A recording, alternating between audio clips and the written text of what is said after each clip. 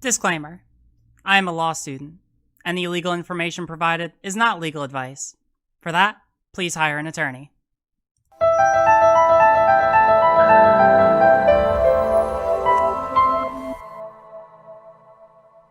Okay, so hey, we're about to bring on Jody, and yeah, let's go ahead and bring her on. Dang it, come on. Hello, Jody. Hello, can you hear me? Yeah, I can hear you. How are you doing? I had to quickly mute the stream, but yeah, I'm doing great. How are you? Doing all right. So, all right, now you messaged me a little bit, and I'll just be asking a lot of questions. I'll be asking from the perspective of someone who doesn't know anything. So if I ask some questions that seem kind of basic or out of the ordinary, then just know that I'm trying to just cover the bases for all the viewers. Is that cool? Yeah, that's great. I just wanted to ask real quick, am I coming through audio clear? Yeah, you're coming through just fine. Okay, great. Just want to make And sure. yeah, and if there are any issues, then I'm sure that Riley's whole about. Yeah, it's true. Actually, I just live in a shack. Everything that you see behind me is completely fake. But yeah, anyway. So Jody, could you go ahead and introduce yourself a little bit, or at least as much as you're comfortable with? Hey, so obviously my name is Jody. I'm sorry for butchering the pronunciation of my name, but so I am a undergraduate student studying history. Mm-hmm. I take a particular interest in trans history specifically and broader queer history. And unfortunately, the school does not have a lot of classes on it. So a lot of it is like my independent research. Mm-hmm. And so one of the main things I did as a result of this research is compile a document of a lot of very translated resources, not specifically history, but mostly with discrimination, healthcare, bathrooms, obviously, because that seems to be the most contentious thing. Right. It No, seems I like, at definitely least get in the public discourse. that. Mm. And so that's my main thing, and something I'm very passionate about. And kind of like Riley, I am going to be doing something legal related, kind of a paralegal type job, and then I hope to go out to school for a graduate degree. Yeah, that'd be I awesome. think my, I mean, hey, there's always room for more people, especially LGBT and trans people in the legal community. It's definitely, I see it as one of the best ways to be able to sort of push the glacier on that is like social activism, right? There's a lot that can be done in the legal community and in the legal profession. But yeah, that's awesome. So you wanted to come and talk to me about trans discrimination. So can you give me like a brief, like a small primer on what it is you want to talk about? so I've had a little bit of a small twist on it. Okay. Some people that might be involved in Discord more might know that I'm a little bit more new to kind of the social media presence Mm-hmm. and Twitter in general. Sure. So a lot of people I were just introduced to recently were people like Rose of Dawn, Blair White. Well, I mean, I know Blair White for a while, and Sure. Mars, which Riley debated a few weeks back. Right. Um, and so my kind of when I'm watching these videos, I'm more like watching, these people's videos just on their own and just, them giving their own like lecture on their channels. Um, One thing I kind of have an issue with is their kind of unwillingness to talk about the issues trans people face in general. And Okay. I think it causes harm, maybe not directly, but I think maybe indirectly as well. Because Mm-hmm.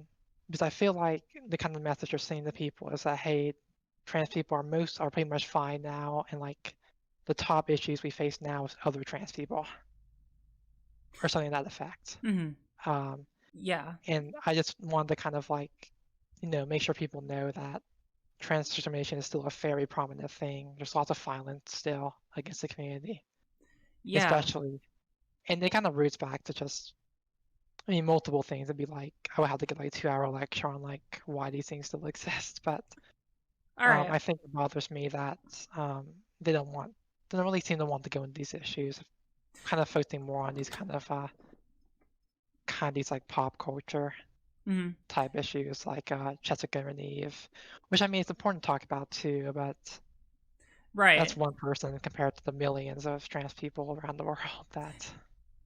are still Yeah. facing issues. No, and I mean, like, And or sorry, go on if you want to keep talking. oh I was no, you can go ahead. That's basically the gist of what I was kind of wanting to talk about. Okay, but yeah, I can definitely relate to that, right? Like, I think in an ideal world, there is a proper way and there's a proper space for covering someone like Jessica Yaniv, right? Like, this is sort of getting into the gray area where it's like this is something within the trans community and it does warrant talking about, right? But I mean, when you go as far as to make essentially like your entire platform about talking and just shitting on one person, and then a lot of your criticisms go beyond just them being a bad person and goes to the validity of their gender identity based on the more like the morality of their actions, right? Like it gets into a really messy and a really bad place really fast, right? And so that's sort of the issue I take on with that. But also, no, I think that you do raise a really important perspective in that, like, ultimately, in the grand scheme of things, like Jessica and even similar people are really not that important as far as like problems that are facing the trans community. And I'm really interested in sort of talking to you and learning more about like the problems that we have faced historically, what we're still facing today, and if you have any, some recommendations on how to be able to resolve those issues. That's sort of where Oh I'm yeah, at. So definitely. And yeah.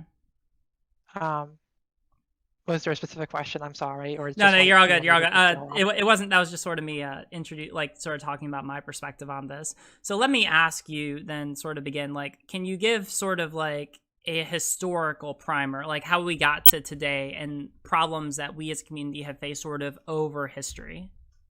Oh yeah, so um, I would argue that trans people have existed forever, and I don't think that's something that you can really disagree on, you know. Okay.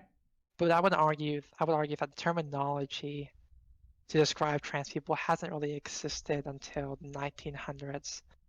Mm. So a lot of trans people before then, um, didn't have the terminology to describe their experience. There was no such thing as like gender dysphoria in like medicine, really.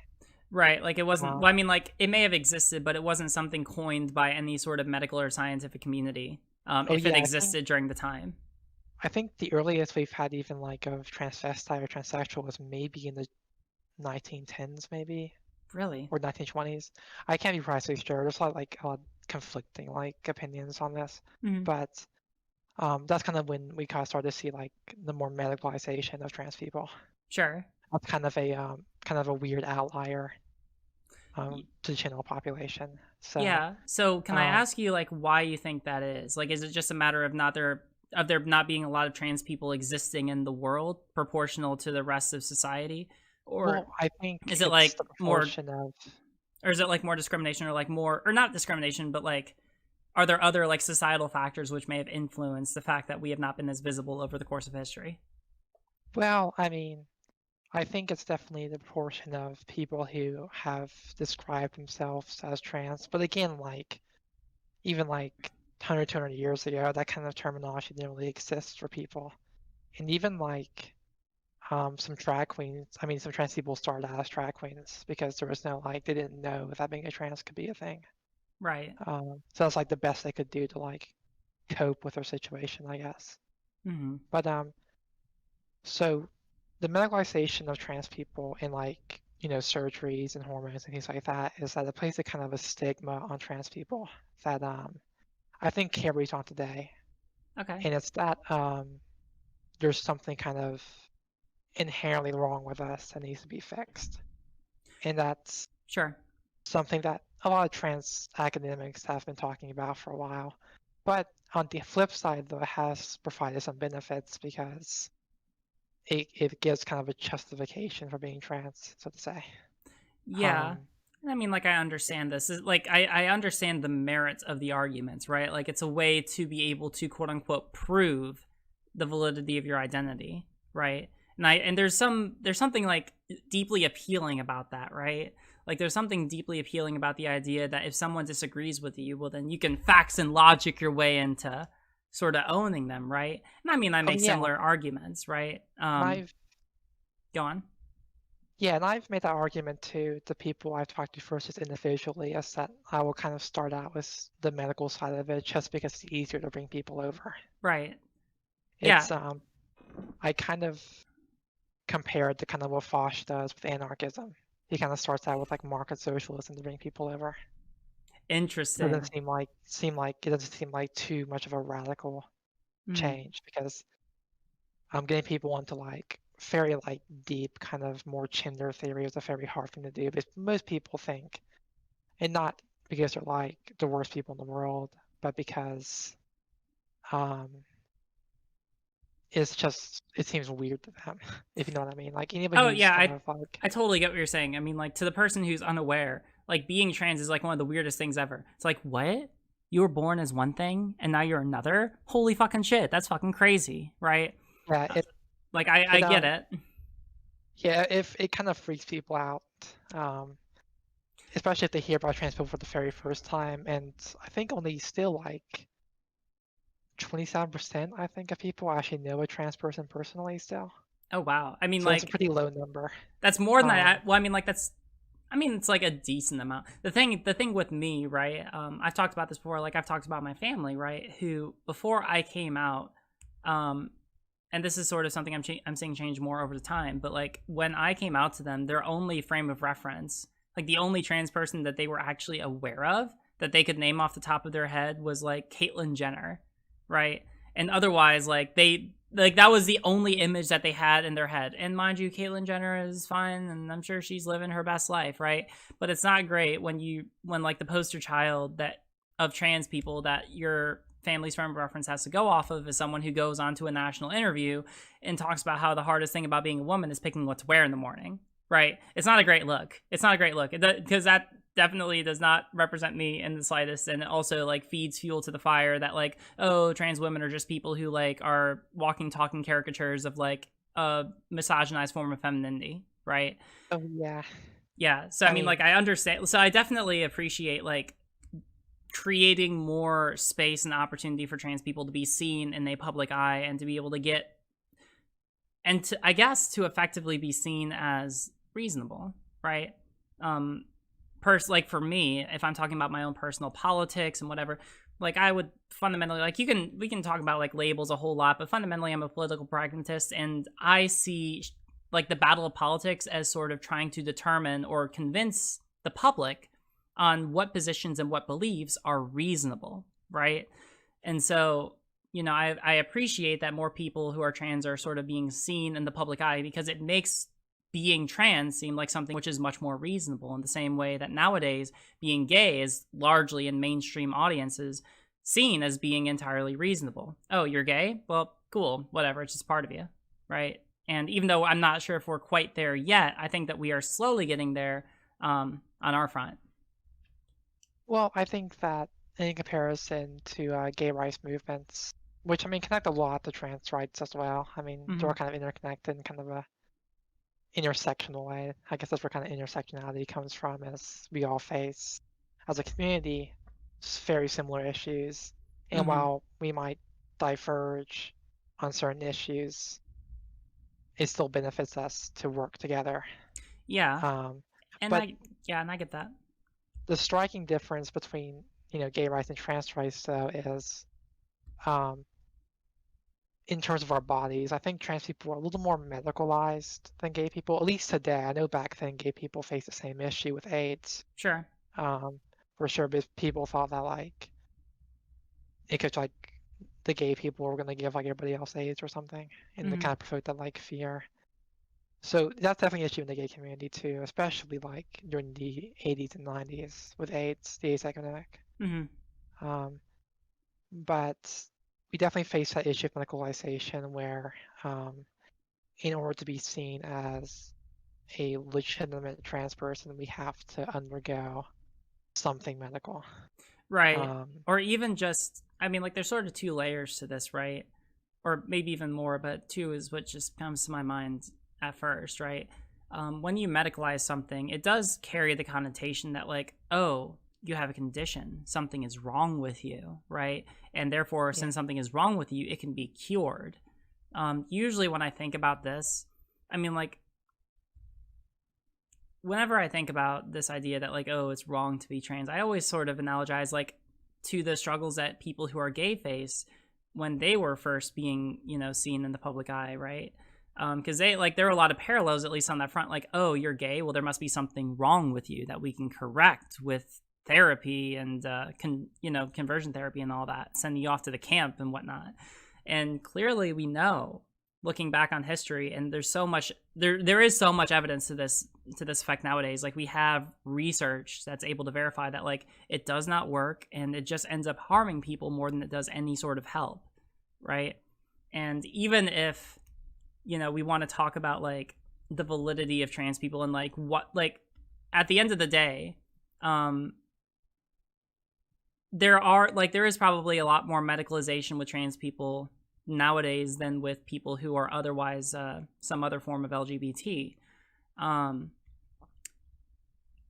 really don't care as much about the why people are trans, personally, because people don't really care so much about why people are gay or bi or lesbian, right? People are the way that they are. And I think that we as a society have sort of moved on from trying to explain why. Who cares why? It's who we are. But with trans people, we have this fixation, at least at this point in time, on trying to explain why people are the way that they are. And that's how we get sort of into the weeds with the medicalization of it. And especially with, oh, well, is it something that can be fixed if it's a problem? Oh yeah, and one of the main things that really was concerning me recently is really trans youth in general. I find that's been a big target of like trans youth have been a big target of like conservatives, TERFs. Oh, you mean like youth that are trans who are trying to get on like hormone blockers or well, not just things? that, but in terms of acceptance, I've even heard some argue that even social transition shouldn't be allowed. Really? Because they operate under the theory that if you allow like let's say it's pre-puberty blockers, even like you're like 7 years old or something, and you want to pretend it's like a girl at like school or something, go under a new name and such. Their argument is that the TERF argument really is that if you let the kids socially transition, then they're not going to know like what it really means to be like their birth sex, and they won't like want to like go back to it or something. Based on what? So it's a whole thing with like if you allow them to socially transition, they'll just be trans forever or something. Oh no, because that's such a terrible thing. Like that's my immediate first thought is like, oh no. Well, it's the same argument. Puberty blockers they've made as well. So they think if you put a kid on puberty blockers, they just won't ever go back. I mean, that's fine. The thing is, like, they just don't want people to be trans to begin with, really. Right. But it concerns me, and especially because trans youth are a pretty vulnerable group. I mean, they're under the purview and the authority of their parents. Right. Mainly, so the parents usually decide like all of the medical related stuff for them. Mm-hmm. And so, in my opinion, supporting trans kids, and I think this is implied by the data as well, supporting trans youth leads to way better health outcomes mentally, especially mentally. Mm-hmm. And I also include this in the big document. Mm-hmm. Right. Yeah, also, I'll give context for that. So for people who are watching and who are not aware, Jody made a great research document for like all the things that we're talking about and a ton more. It is I believe it's in our research channel in the Discord. So if people want to join the Discord and take a look at that, then join in the link below and go to that channel and check it out. And also you can like see all the other research that we do. It's pinned as well. Oh, it is pinned? You don't have to go through and like scroll through the entire chat to find it. Okay, cool. It's pinned in there. I remember you pinning it. Yep, I'm taking a look at it. Yep, you're absolutely right. Yeah, it's an Evernote document. Yep. Kind of in the style of Fosh's or Fausch. I don't even remember his name sometimes. I don't think he cares. Yeah. I know Rose Dawn, I think that's Voosh or something like that. Well, she's Brit. I don't know. They say things crazy over there on Turf Island. Like, I don't fucking know what her deal is. It's Americans, not Americans. America. America, yeah. Yeah, but anyway. So, sorry, you can go on. But yeah, it's in the style of that, and I did add a little bit to make it a little bit less blatant, maybe. Mm-hmm. Okay, so let me ask a follow-up question, right? So we've experienced this historical issue of sort of like the medicalized nature of trans identity. So where we're at today, what do you think are some of the primary issues that we face systemically as a community of trans people? It's really discrimination. I mean, I know that's like a very broad term, but Sure. that's really the main thing. I don't think, contrary to what certain trans YouTubers might say, I don't think it's other trans people that are really the issue. Yeah. I mean, And I mean, there's obviously bad trans people. I don't want to like say you have like all trans people are like angels or something. And sure. we certainly definitely have people in our community that are not good people. I don't think anybody's really denying that either. But No, and I don't think that they will either. Like the thing is, when we're talking about like the bad, like these people in the trans community, right? There's always a distinction. Like no one disagrees that they're bad people. It's just where the distinction comes in is whether or not we want them in the community, or we can judge whether or not they're in the community to begin with based on the things that they do, right? And that's kind of ridiculous because I mean, like that's just the most dangerous slippery slope because you are literally tying identity to morality. You're saying, oh, well, if you are trans and you do all the things right, but you're otherwise a fucking terrible person, well, sucks to suck. I guess you lose your identity. You don't get the pronouns. Sorry, bucko. And it's just like, yeah, that's the thing wow. with Yaniv as well, which I still gender her correctly because I fundamentally believe that trans people can be awful people. Yeah. And that doesn't make them not trans or something. Right. And so I do that, and I know some people like do not like that really, but I think it's a dangerous precedent to send or establish that if a trans person isn't like necessarily like an upstanding person, that must mean that it's okay not to consider them trans or something. Right. I would kind of be really upset if like I did something bad or something, like not incredibly bad, but like I don't know, stole something or like shoplifted or something, and we were like, oh, they can't be trans now, I guess. Right. Um, No, and but I do agree. and I think it would go further than that too, to like just trans people I don't like, like oh, I Yeah. don't agree with them, so that must mean you're not trans. Oh, Not the yeah. real trans. No, trust me, I Um, completely get that. Like, oh, Blair, I just know about this because the person brought it to my attention. There was a video.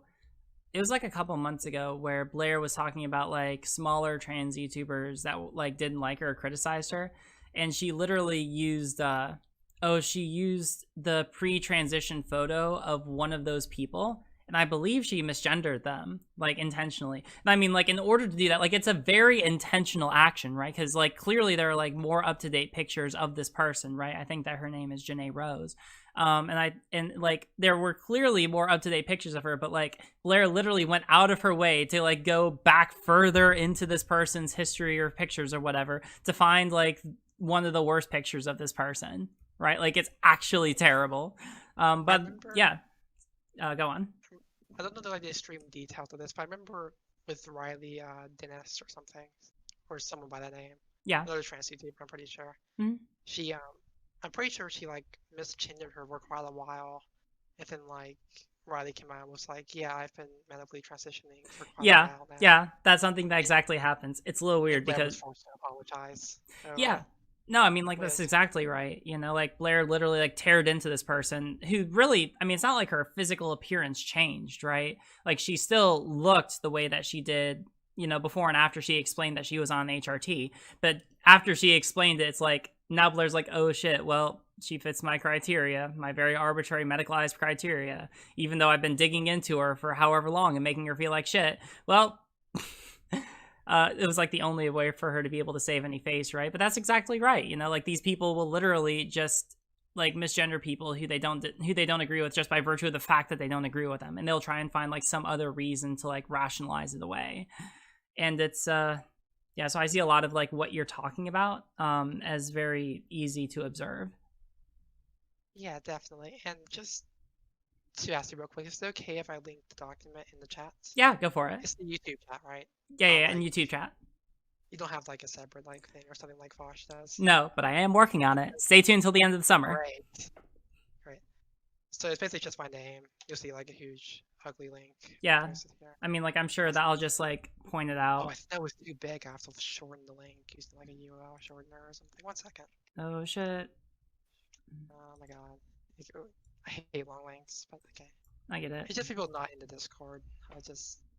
My main thing is getting the spread as much as possible because I feel like it's useful for anybody to use. Yeah. There. Wait. I mean, like, you don't have to worry about it if it's something that's causing too much issue right now. We can just direct people to my Discord and they'll find it there. Oh yeah, that's fine. Yeah. Yeah. I just wanted to make sure. But, okay. Yeah, the main reason I want to spread it was because I want anybody to be able to use it. Mm-hmm. No, that makes complete sense. And you know, it doesn't. You know, it's not like it's my property really. Like the studies in there are like my property, but I did make sure to credit myself in it though. But I gotta do a little bit of self promotion. Hey, listen, you did the work, you earned it, right? You totally got that. That's your thing. You got that. So congrats. But yeah, you know, it's even 20 years ago and today. You know, it's kind of hard being trans in public. I mean, you know, like. You can still lose your job on a whim, you know, for being trans. Oh yeah. Because. No, trust me, I get it. And then, almost around 30% of trans people have been harassed by a police officer. Wow. I did not know that statistic. Holy crap. 6% were physically assaulted. And then 25% were or around 25% were denied equal treatment in a doctor's office or hospital. But a little over 1 in 5 by a government agency. Which this is really going to be the big two things for me is definitely the law enforcement and the doctor's office, because there are things we don't really have a choice. You know? Can you repeat the doctor's office? That'll be relevant because I'm going to be talking about something later, and I'll remember that. It's about 1 in 4 are harassed or disrespected or denied equal treatment. 1 in 4. All right then.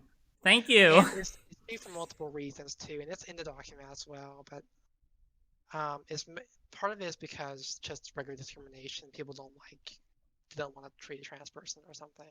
Sure. And the other one is that sometimes the medical guidelines for transgender care are not readily available as they should be. Yeah. None. So I think like even in medical, like just not like on a broader like medical establishment, but just like individual like practitioners, I don't think it's as readily available as it should be. So, which I mean might be just the inevitable result of just trans people being a small number in the population. Like the trans person they meet in the hospital might be the first trans person they've ever seen. Yeah. You know? No, that makes a lot of sense. With. So, and then, or sorry, go on. I don't want to interrupt you if you're going on. And then we had the Trump administration, I think yesterday, finalizing stuff. Yeah. I'm gonna be talking about that after we finish talking here.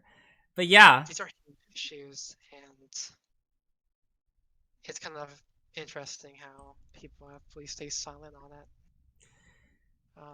Yeah, no, it's utterly amazing. I mean, it's just amazing to me because a lot of these problems exist. Again, like I don't want to say too much because I'm going to be talking about this in a little bit, but it's just amazing. It's just amazing to me because a lot of these problems exist. But like one of the major barriers that I see to be able to meaningfully affect change is the fact that like the average person in America they either don't see or recognize the validity of these issues, even though there's like overwhelming evidence to show that they are quite real and have quite real impacts on people's lives. Right? Like it's so frustrating to me that like the problem exists. There's evidence that the problems exist, or it's just blatantly obvious, but just not enough people care. Oh yeah, definitely. You know, I really would appreciate it for trans YouTubers to have a really big platform to talk about these issues, because for me, I kind of just way to blare my a little bit too, is that you know, it's great and all if you can get like people to superficially respect trans people, but it doesn't mean a lot to me if these audiences you're trying to reach out to don't stand up for trans people in these kind of situations. Yeah. Because you can say like you're fine with trans people and all that, but then let something like this happen without speaking out against it really bothers me. Yeah. And again, I think it goes back to this idea that people are getting this impression that this stuff doesn't happen anymore and that we're just overreacting or something. Yeah. So how do you think that we address this? Like, it seems like one of the largest issues, like one of the biggest problems that we face as a community is like public acceptance and support. I mean, like, obviously there are like a lot of very specific issues, but what I'm hearing is that's one of, sorry, what? Oh, 1 second. Somebody in your chat was saying that I was a little bit quiet. I turned you up. Yeah, I saw that. Okay, good. Yeah. I know. That was a concern of mine coming. I'm kind of a soft speaker, so. You're all good. I think you're coming out in loud at the beginning, so I turned you down a little bit more normal, and then you quieted out, and so it ended up being like super quiet. So don't worry, we're back to normal. Okay, got it. But yeah. So what do you think are some of the best ways, in your opinion? You don't have to answer this question if you haven't thought a lot about it. But what do you think are some of the best ways to try and shift public opinion? Because mind you, a lot of the people that we've been talking about earlier are those types of YouTubers, those types of trans people. They would make the argument that the way to sort of win that battle is by trying to distinguish the good trans from the bad trans and trying to make the good trans out to be people who are reasonable and should be supported by the larger community. Do you think what do you think would be the best course or a good course for the community to take to try and get the kind of support that we are looking for? I mean, I think with all the civil rights movements and just movements in general, I think it's speaking out. I think the more people we have that pay attention to these issues, the more people will kind of come out and support us. And I think it definitely kind of falls down on ourselves and our allies as well to really speak up. And I would definitely put an emphasis on allies as well, because in a lot of cases, trans people don't have a choice, really. Yeah. Because this affects us whether or not we care, you know.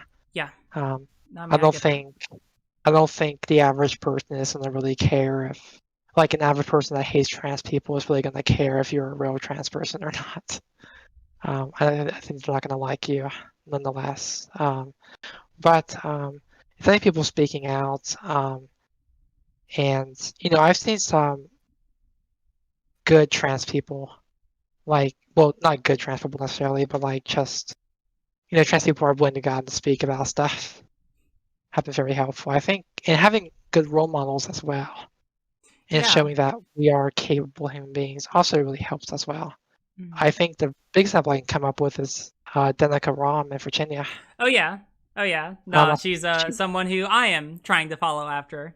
So we'll see how that goes over. But yeah, no, I totally agree. Like, she is a wonderful, wonderful example of someone who is openly trans and was able to do like this amazing thing, which, mind you, maybe a lot of people won't take it to be like this big thing. It's running for a state Congress seat, but also she got elected in the state Congress. She was able to get an entire area of a state where she's in to be able to support her candidacy and elect her in. I think it was over like an explicit bigot too, right? Which it makes the victory like all the better.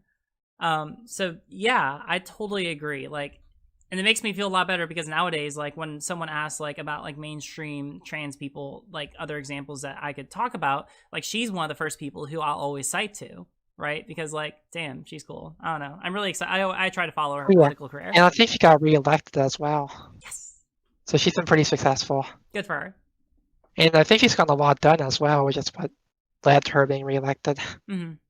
Yeah. I think she's probably one of the most accepted trans politicians probably in the country.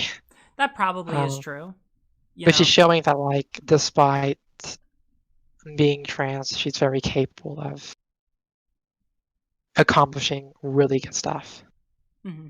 And about very meaningful changes, which I don't really follow Virginia politics that very often. But I thought those like road issues that she went on a lot. Mm-hmm. Like she wanted to fix the highways or something.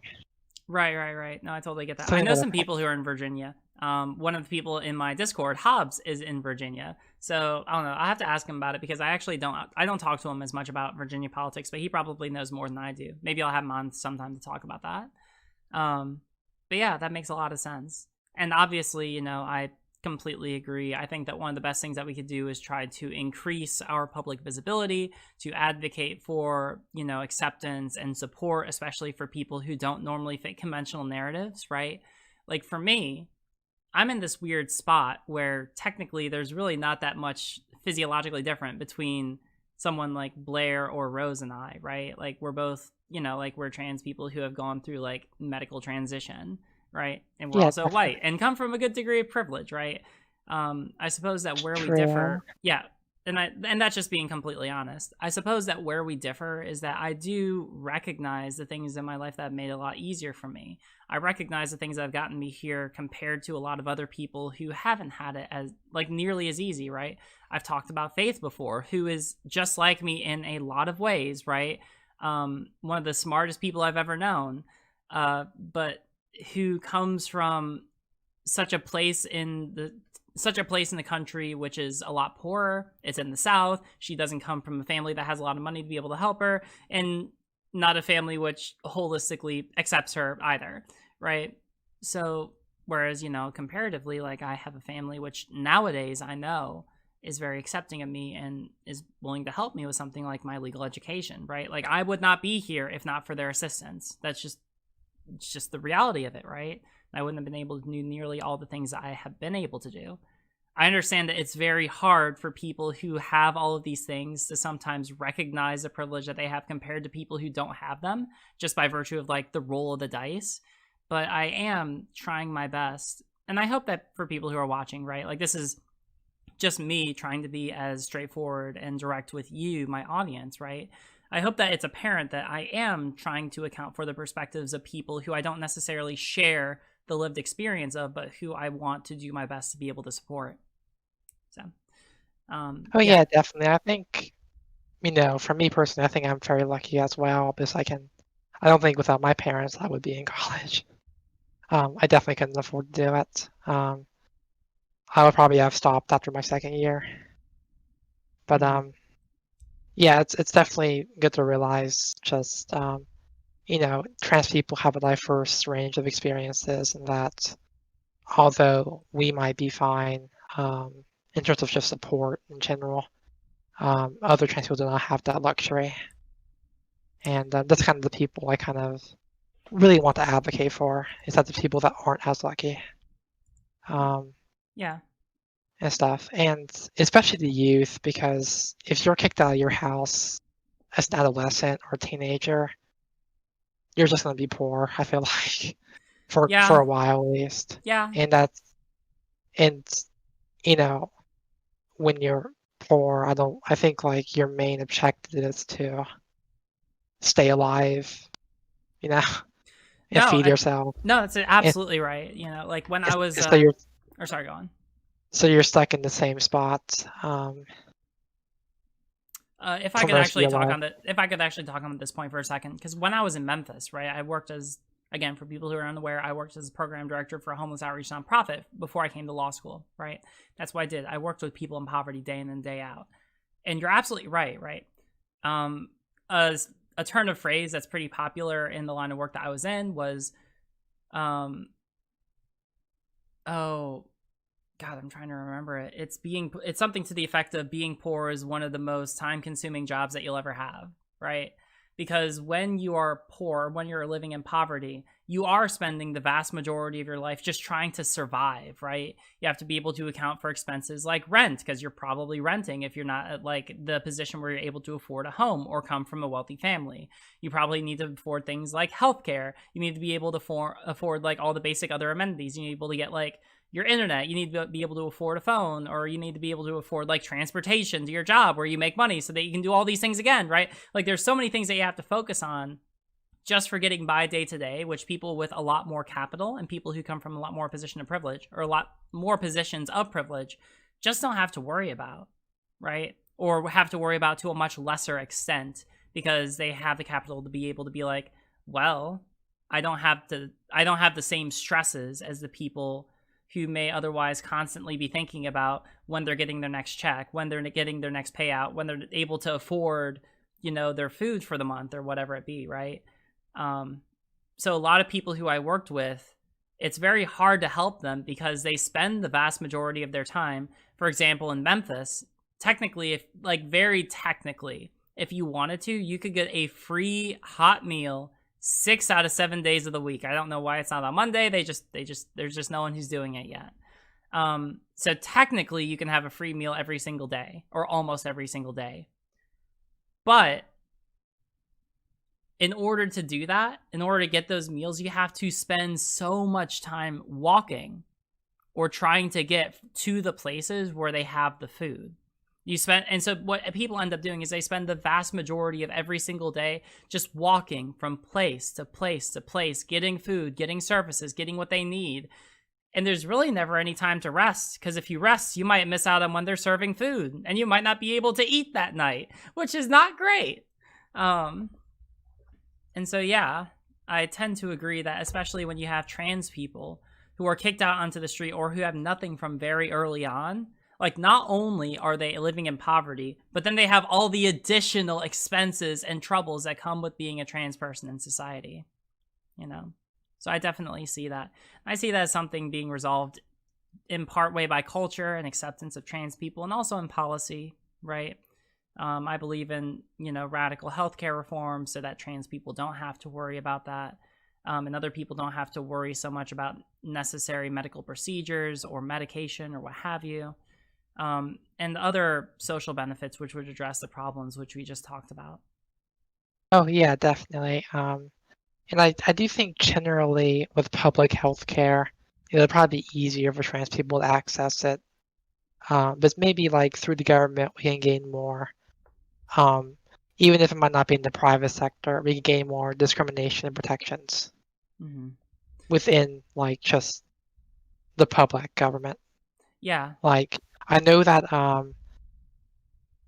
like my thought with like the public healthcare option is kind of this relating to trans people. There's a ton of different reasons to support it as well, of course. Sure. Is that so I think it's more arguable to the general population to argue that, hey, the government should not be able to discriminate against particular citizens because the citizens pay taxes into the system and therefore should be treated.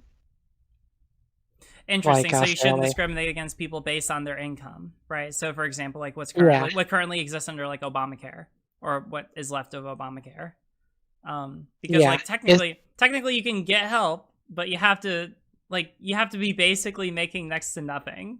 Like the minute that you get like a job at McDonald's, you immediately lose the qualifications to be able to get anything under Obamacare, which is kind of ridiculous, but hey.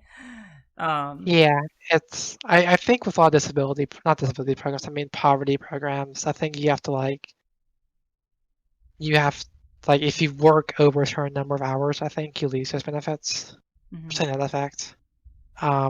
But with trans people going back to that, really, I wish I was more of an expert in public health care, but I think it's more arguable that within the public health care system, the government should not be able to discriminate against citizens. Oh, yeah. No, trust me. I completely agree. I'm going to be talking about this in a second, actually. But no, suffice it to say, I agree with you that the government shouldn't be able to discriminate against like who they provide healthcare to. Healthcare is like a basic thing which everyone needs to live. I would go as far to say that it's a human right. And because by virtue of the fact that when you refuse to give it to people, you could actually be like condemning them to death at the worst, right? So yeah, no, I definitely hear you. And I think that the public opinion of that is slowly shifting. We're not there yet, I don't think, but I think that like given how popular Bernie was, that we are definitely on our way to getting there, right? Like the fact that Bernie was as popular as he was on a platform of Medicare for all, the fact that he ran that platform and he got as much support as he did makes me want to believe that we are seeing a much broader recognition in society of like the necessity for that kind of a policy. So yeah. Oh yeah. I don't know if you, so I don't know if you want to add anything else. Is there anything else that you want to talk about? Sure. So, I want to address a few things about, because this kind of came up really kind of concerned me when J.K. Rowling did her whole like transphobic manifesto or something. Yeah, that's the thing that happened. Oh yeah, definitely. That kept me up at night a little bit, but just for looking at stuff, just research to like double check what she's saying or whatever. And so my main concern with that really was this idea that, or what they commonly say is like, we're not really worried about trans people, is that like other people would take advantage of like these Sure. trans inclusive laws to hurt women or something, which is what she's basically saying in like so many words. Sure. Is that if we like make trans inclusive laws that allow trans people to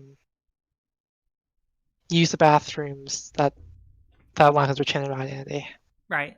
that's like some sort of like gateway drug into like a lot worse stuff or something. Yeah, no, I gotcha. Or like men pretending to be trans to like hurt women, which I don't think that's really supported by the data at all. And I just want to say that in the research document, I have a whole section on sexual assault in bathrooms, and I have all the good data that proves that, at least in my view, that these laws do not have any connection to any like rise in like sexual assaults in these type of spaces. So I kind of think that's more of a fear thing, and it kind of seems like people talk about these issues, especially like TERFs, don't really provide any like source for what they're saying. It's usually like a few individual cases. Oh yeah, exactly. They only ever like vaguely. It's one of two things, right? It's either vaguely gesturing at like the possibility of some terrible thing happening, or they focus on like this one pinpointed example, usually taken out of context and usually entirely misrepresented, as like a way to basically say, oh, well, hey, it's possible. It can possibly happen, maybe, sort of. So like we need to fucking roll back all the protections, because even if there's a slight possibility, then we need to make sure that we fucking hold all of trans people away from bathrooms or away from healthcare or what have you, right? It's such a ridiculous argument. And yeah, like I would be very interested to see your data.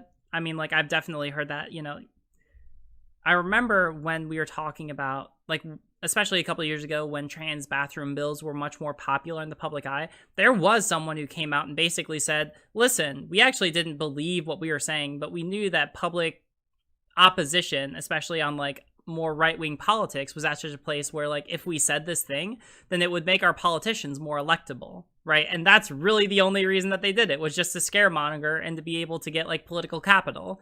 That's it. Well, in my state, North Carolina, I think we were the only state that actually successfully passed the bathroom bill. I think everywhere else it actually failed.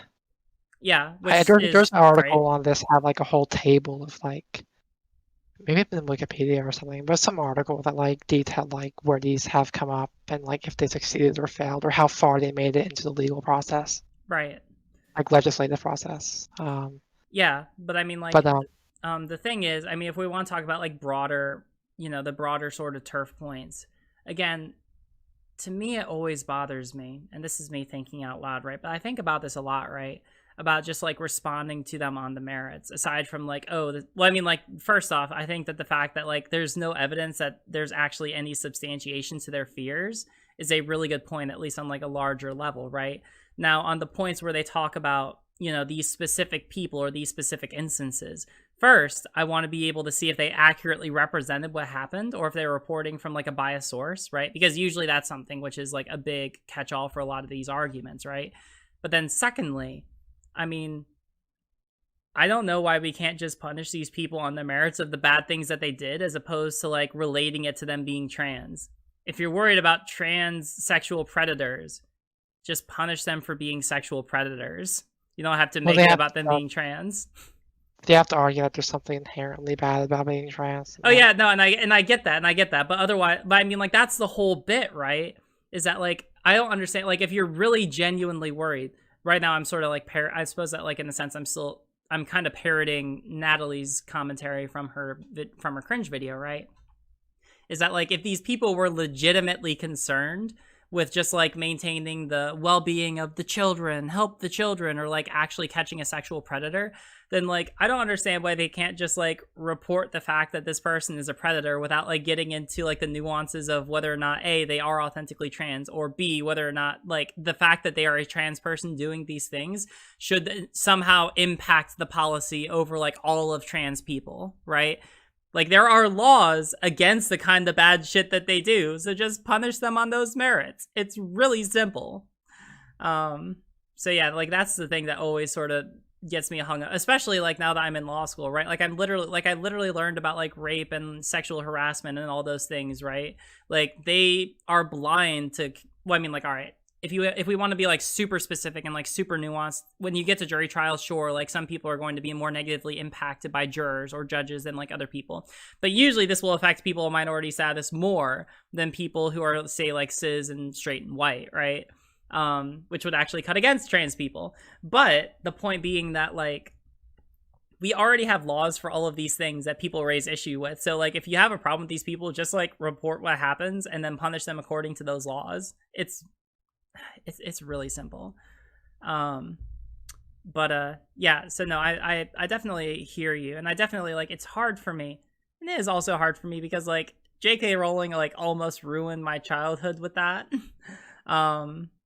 Well, luckily for me, I wasn't a big fan of Harry Potter to begin with. I was a very big fan.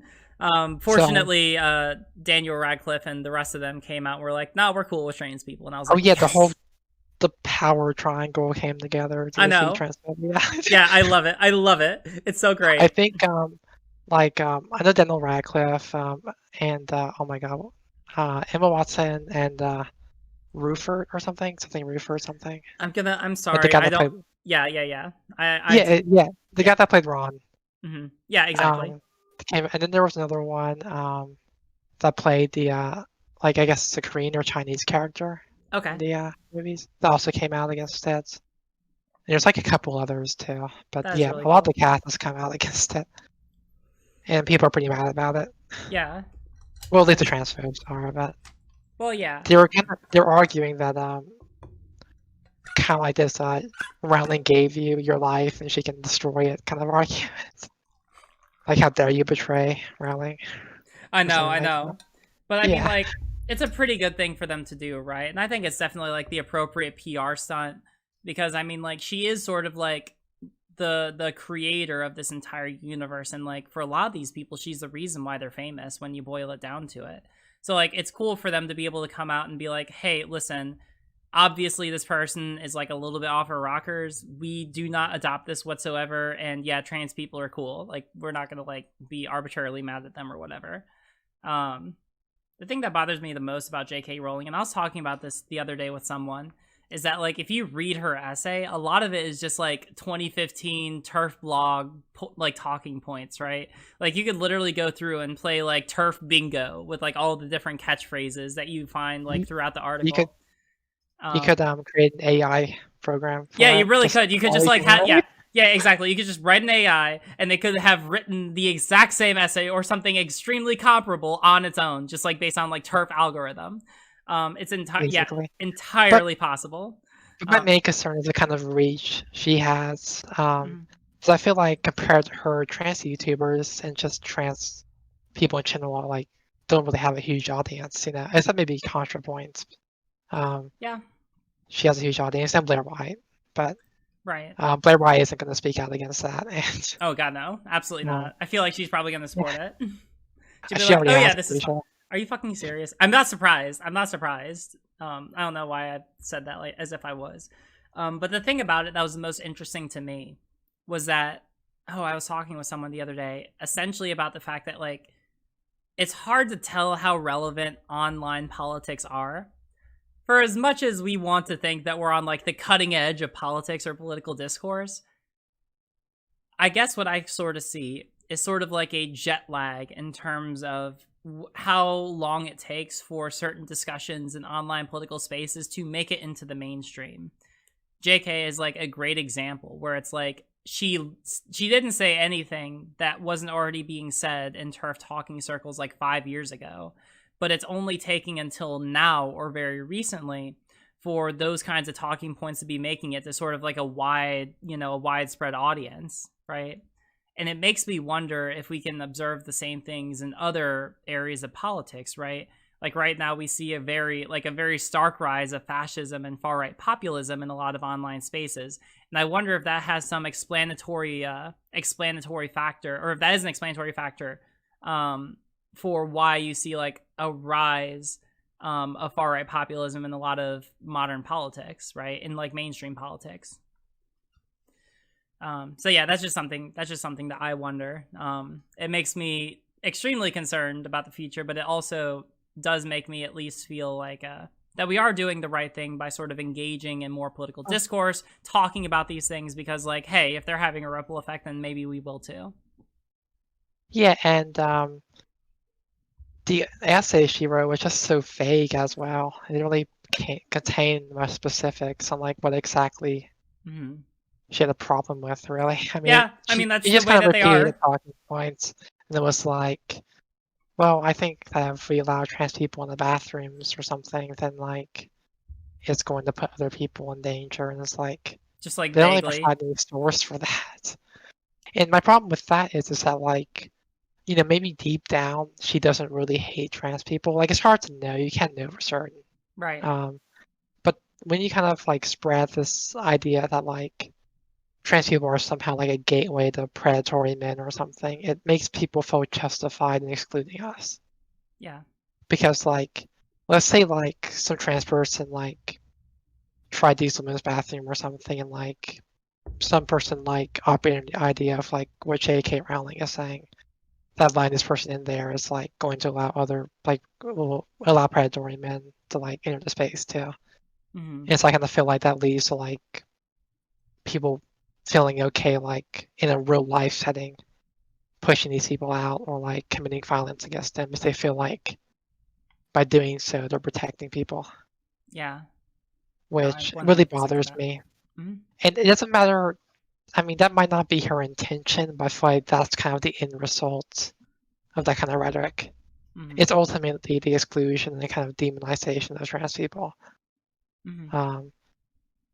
Because again, like deep down, she might not personally hate trans people, but the kind of rhetoric she uses will it can have a real life impact. Yeah, there's a distinction between objective and subjective analysis here. Subjectively, we don't know what she's thinking, but for all practical purposes, it doesn't really matter what she personally believes. An objective analysis would tell us that like that's focusing on the effects that what she does has on other people, right? And I agree. Like practically speaking, this can only have negative effects on the trans community. Like it only has negative effect of trying to like posture large portions of the population. I mean, like, fuck, how many people follow her on Twitter? Right? Wasn't it like more 14 million? It's some crazy number, right? And so, like, it's just crazy to me, like, how much of an effect that she can have with just like one essay, like literally turning entire swaths of the population into like proto GC people or like proto TERFs or whatever you want to say, or just TERFs outright. So yeah, no, I completely agree with you. I completely understand. And then there was one more problem I have with the essay, and I'm kind of like, I think I'm done talking about it. I don't think there's really much to say on it. Well, maybe two other things. Using her domestic abuse to kind of like support her positions kind of felt really wrong to me as well. Yeah. When I think about like any transphobia I've experienced, I try to use that experience to kind of like tell people, hey, look, you know, we're human beings too, and we still face lots of issues, and we should work in society to fix these issues and make it so that everybody can be safe. I don't go out and like say like, oh, I really hate cis people, you know. I hope that like, yeah, or something like that, you know. I don't like attacking other groups to do it really. Well, not like on a fundamental level. Like, I might say something like, well, cis people really need to speak up, you know, because it would really help the trans community in general. Just, you know, gain more acceptance. But I don't think like I'm gonna like attack cis people's right to like healthcare or something, or to use the bathroom or something. No, I get that. To do that. And then there was the that just kind of bothered me. And the third thing was the ROGD study that she referenced. That hasn't proven like multiple times to be flawed, and yeah, she still referenced it. Well, hey, what can you expect, right? I know, but it bothers me. But she's like, yeah, I've read so much data, and then she just lied about that. I'm like I don't know. It bothers me. I feel like she read 95% like TERF stuff and like 5% from trans people. And of those 5% of trans people, like 4% were like bootlickers or something. Yeah. No, I totally get it. I totally get it. Well, hey. Yeah. Anyway, I hate to cut you off, but we've been talking for an hour or close to an hour, and I want to sort of cut it off there. So, do you want to give any shout outs, or do you want to say any give any final statements? So obviously the most important thing to me is the research document I made, just because I want people to be able to spread it. Also in that research document, I did credit myself, and my Twitter is in that document as well. And the reason I say that is on my profile, the research document is the pinned tweet. And that would be really cool if people with larger audiences will retweet that so people can use it to argue with when they debate transphobes or just anybody. All right. That's awesome. That's actually really, really cool. So yeah, hey, everyone, go check out that research document. It's in my Discord. It's a pinned tweet in the research discussion. And or it's a pinned link. Yeah, the link to my Twitter is in the research document. So it'd be really cool if people retweeted that. All right, awesome. Really cool. Well, hey, Jody, thank you so much for talking. It's been absolutely wonderful, and it's been very educational. So I really appreciate it. All right. Oh yeah, it's been great. I love talking. It's my first time talking in like a few dozen people. So yeah, well, hey, you did great. And yeah, I'll be sure to re-upload this later as like its own independent video. So all right, thank you so much. Thank you so much, Theo. All right, I'll talk to you later. Yep. Bye. Bye. That was cool.